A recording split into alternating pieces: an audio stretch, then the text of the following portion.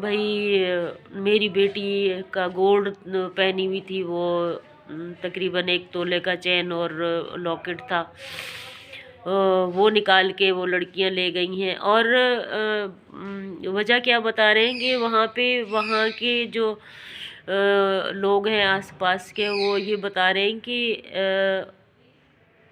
وہاں پہ نشہ کیا جاتا ہے۔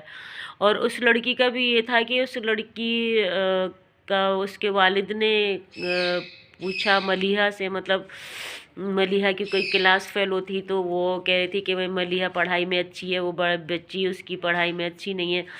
تو وہ اس سے ملیحہ سے پوچھنے لگی کہ بیٹا وہ بھی آپ کی، مطلب میری بیٹی بھی آپ کی سہیلی ہے، تو اس کا کیا پروگریس ہے یہ وہ۔ تو انہوں نے اس لڑکی نے کوئی بتایا ہے کہ انکل، جیسے بچے بتاتے ہیں کہ کوئی مسئلہ ایسا ہو اگر والدین پوچھتے ہیں تو بہت سے بچے بتا بھی دیتے ہیں کہ انکل وہ الیکٹرک سگریٹ پیتی ہے اور پتہ نہیں کیا کوئی ایسا نشہ کرتی ہے، کیا ہے کیا نہیں۔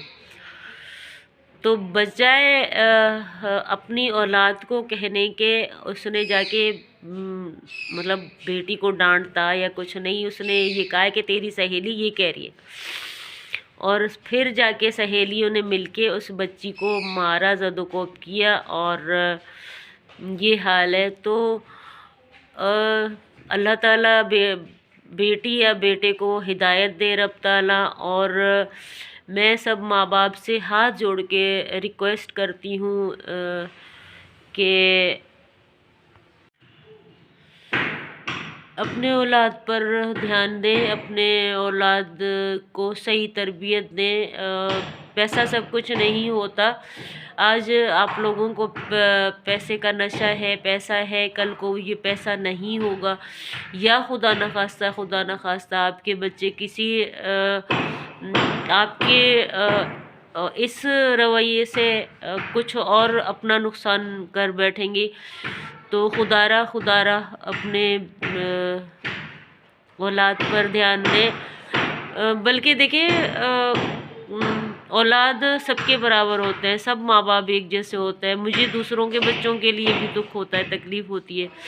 جب میں ایسی خبریں دیکھتی ہوں، پڑھتی ہوں، تو میں بہت تکلیف میں ہوتی ہوں کہ کاش ماں باپ آنے والے وقت سے ڈریں کہ خدا نخواستہ ہماری اولاد سے کوئی ایسی حرکت نہ ہو جائے، یا ہماری اولاد کسی کھائی میں نہ گر جائے۔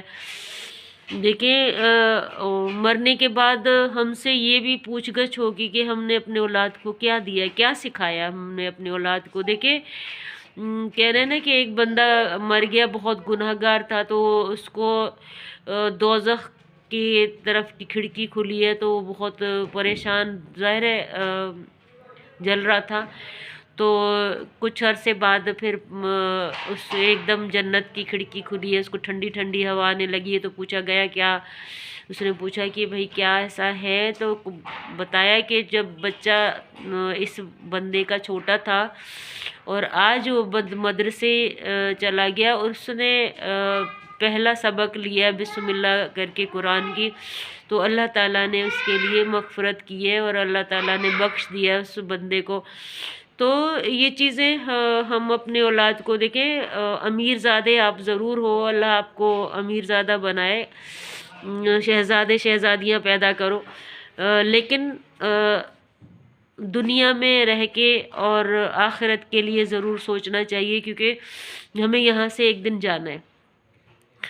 تو اپنے بچوں کو اچھی عادتیں ڈالو، اپنے بچوں کے لیے اہتمام ایسے کرو کہ وہ نماز کی طرف راغب ہو جائے، نہ کہ اس کی طرف کہ ہم یہودی کی طرف جا رہے ہیں، ہم آئس پی رہے ہیں، شراب پی رہے ہیں، نشہ کر رہے ہیں۔ تو یہ چیزیں یہ صحت کے لیے بھی نقصان دہ، ہمارے زندگی اور آخرت کے لیے نقصان دہ تو ہے ہی، لیکن آج کل بیماریاں کیسی کیسی جنم لے رہی ہیں۔ تو خدا را اپنے اولاد پہ دھیان دیں اور اپنے ملک پہ دھیان دیں۔ سچائی سے اگر ہم کام کریں گے، ہم سچائی سے چلیں گے، تو انشاءاللہ اللہ تعالیٰ بھی ہمارا ساتھ دے گا۔ تو اس کے ساتھ ہی میں آپ لوگوں سے اجازت چاہوں گی۔ اللہ حافظ۔